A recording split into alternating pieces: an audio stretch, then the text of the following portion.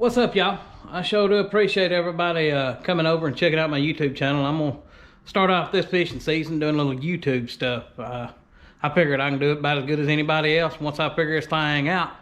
I like talking to folks, and maybe y'all can learn a little something. Today we're going to do a little bit of rods and stuff. What kind of poles you like? What I call them. Give me my pole. I'm gonna just kind of run y'all through my favorite rods. I mean, this is really just opinion. I really think they're the best ones out there, and this is what I use day in, day out. Meat hunting, tournament fishing, it don't matter. This is what I'm gonna have in my hands. One of more than likely these four rods at all times. There's a few times I'll use a couple different things, but this right here is this is mainly what we use day in, day out. I've got I like them so much, as you can see.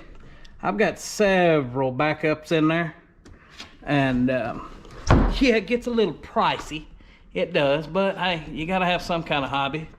I mean, there's always something to spend some money on, and of course you gotta have the newest and the best stuff out there, or you don't necessarily have the best, just gotta have the new stuff. I'm just a tackle junkie, really and truly. I'll buy all kind of, I probably got more plastics than most people combined on the crappie trail. I mean, really and truly, I probably got, you can ask anybody, I've got a dadgum tub of just plastics, every color you can think, every shape you can think, and really and truly, I come back to about the same 4 or 5 every day, but that's a whole different video. We'll get into that later. I sure do appreciate y'all watching. I wish y'all would like and subscribe or whatever, and hit that little bell.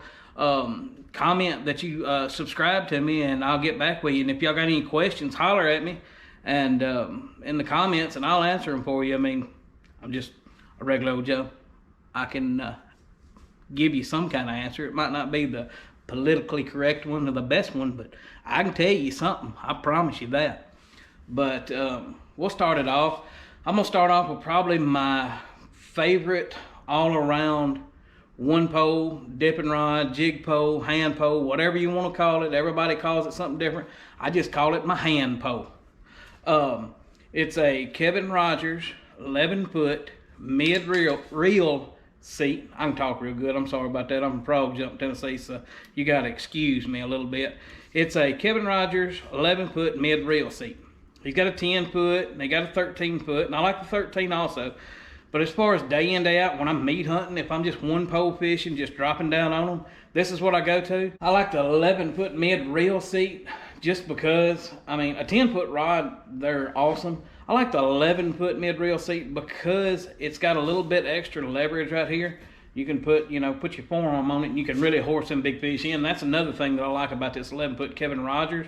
Jinko's got some hyper senses. They're really good rods too. This 11-foot Kevin Rogers is really light, and you can lift a 2-pound fish in the boat, 2+ in the boat. I mean, I wouldn't reel him up to the tip and then try and swing him, because then you're going to be calling Colton or Will or T or somebody say, hey, I'm going to need another tip. But if you do it, the right way, you can swing a 2+ pound fish in the boat, no problem with this rod at all right here. And like I said, they're very light. They're really sensitive. We'll get to the other setup, reel and line. We'll get to that in a later video.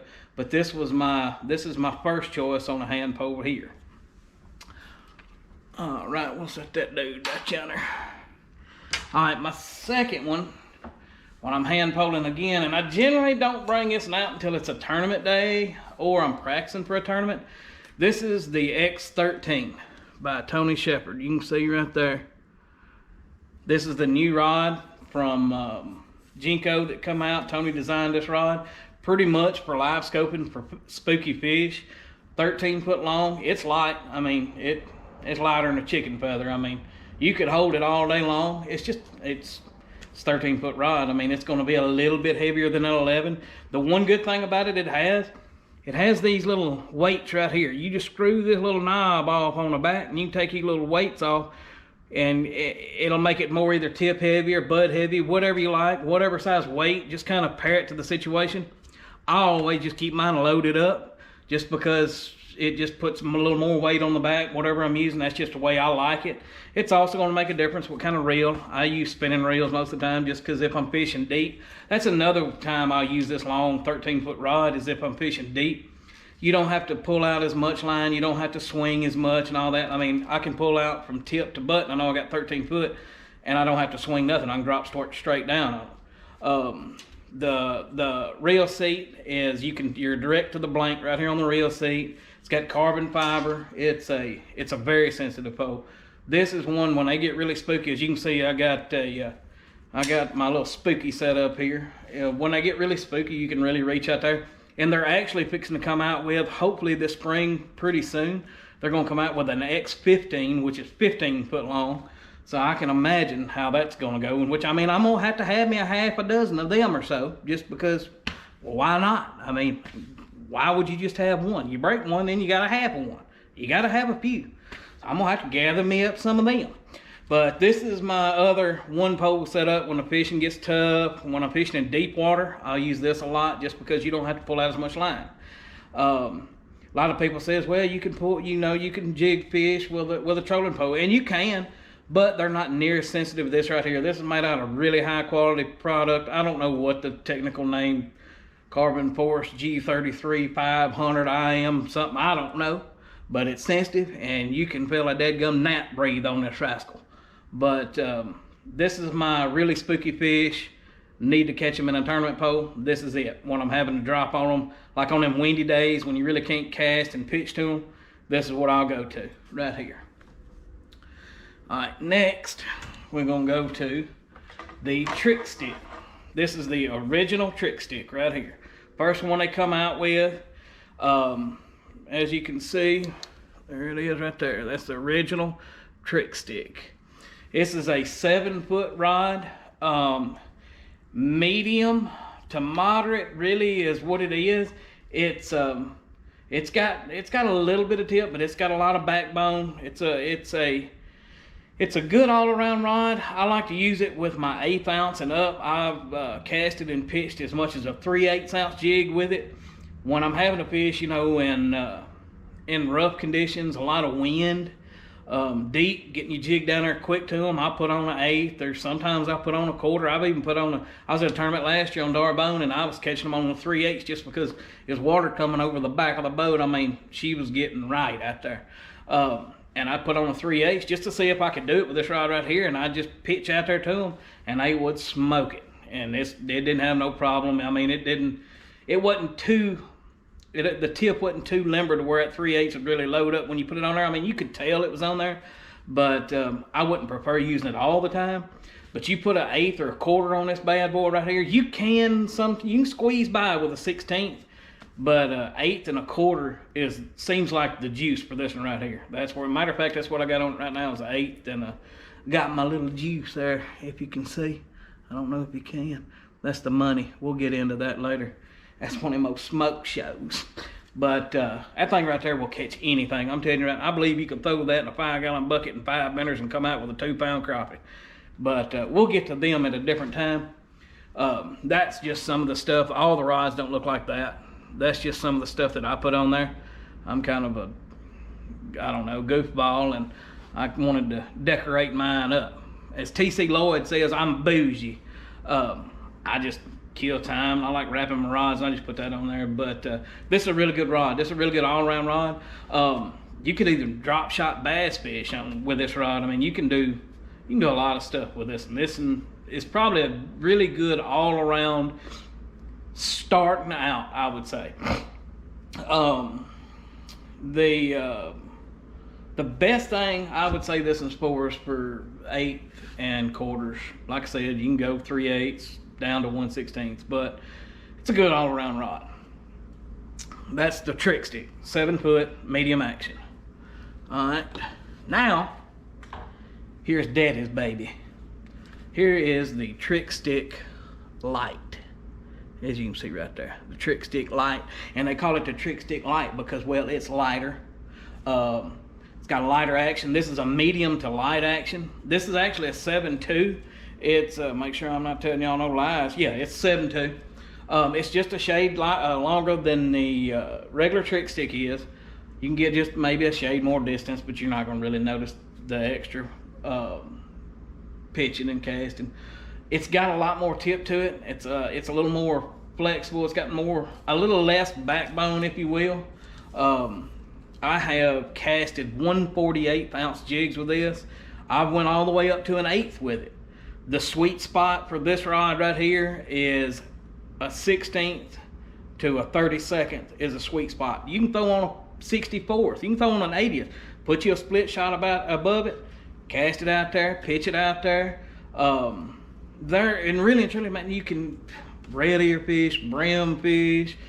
This is my baby. I'm not gonna lie. This one right here, I have this one in my hand. I'm gonna say, in tournament practice and on tournament days, unless it's just stupid blowing, just big dummy waves, this is gonna be in my hand, and I'm gonna say 90% of the time.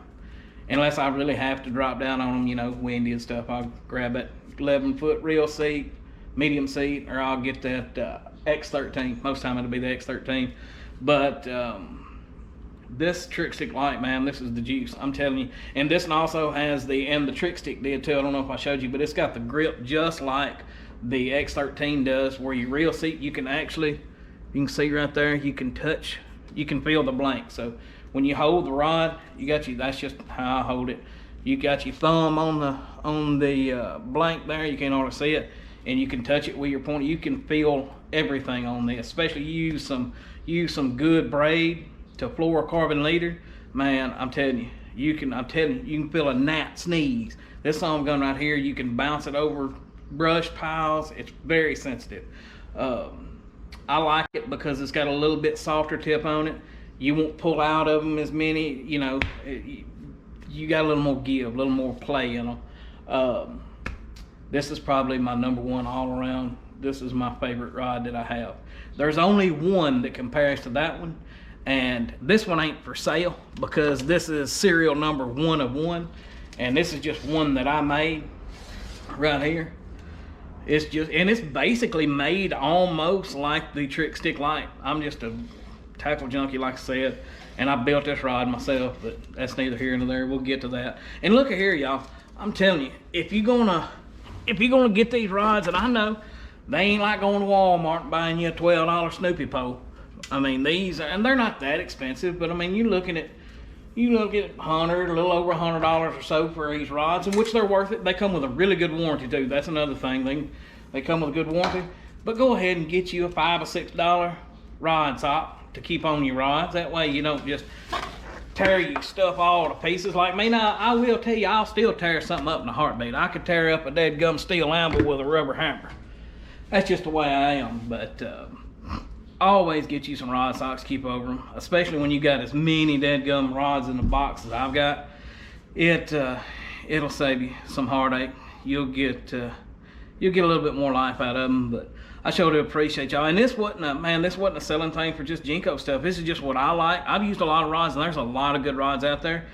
And I've compared a lot of rods to these, and I can say that I would put these against any of them, and they're really good rods, folks. Really good. They got really good customer service, man. When you call them guys, you're going to be talking to Will or Colton or T. You're going to be talking to somebody that knows. I mean, you're not going to be calling and talking to a woman at the front desk that ain't never seen a fish other than at the dadgum Long John Silvers. But that wasn't why I was doing it. I was just letting y'all know that these rods right here, if I was starting out, I could buy these 4 rods and do everything I wanted, anywhere I wanted, all across the country. You know, from dropping down on them, fishing brush piles, wade. A lot of y'all Mississippi boys like wade fishing. You get that Kevin foot 11 reel. And another thing I'll do with this 11-foot Kevin Rogers rod is I'll even pitch with it. That's a little nugget I'm gonna let you. You can pitch with this right here, an 11-foot rod, and you can hold your bait in place out from you. You can almost get it to a dead stop with this little bit longer rod than that 7-foot rod. And it'll just hold dead still when you're pitching with it or whatever. And I use it a lot. And that's another reason why I like that at mid-rear seat, because when you pitch with it, you got this. Of course, I'll change the reel over, and we'll go over the reel stuff.